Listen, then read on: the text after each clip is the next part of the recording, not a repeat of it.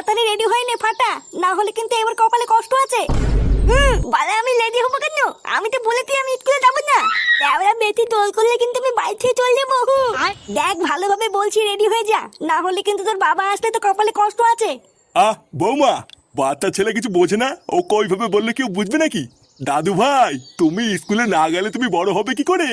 আর বড় হয়ে তো তোমাকে বিশাল বড় চাকরি করতে হবে, তাই না? বালা বুলো পাঠা, তুমি চুপ করো। লেওরা নিজে তো কোনোদিন স্কুলে যায়নি, আবার আমার গান মাতাল করতে। কি হয়েছে তোর এত বড় সাহস? তো দাদুকে এসব কি বলছিস? দেখ আমি কিন্তু শেষবার বলছি, তুই কি রেডি হবি না আমি তোর বাবাকে ডেকে নিয়ে আসবো? বললাম তো আমি স্কুলে যাবো না, এক কথা বলতো না নাকি? হ্যাঁ, তার মানে তুই স্কুলে যাবি না তাই তো? না না না, আমি বললাম তো আমি স্কুলে যাবো না। বাড়া একটা শান্তি ছেলে জন্ম দিচ্ছি, বাড়া হাড় মাংস সব জ্বালিয়ে খেলো। মা এই কি গো, আমার ছেলে এটা কি হলো?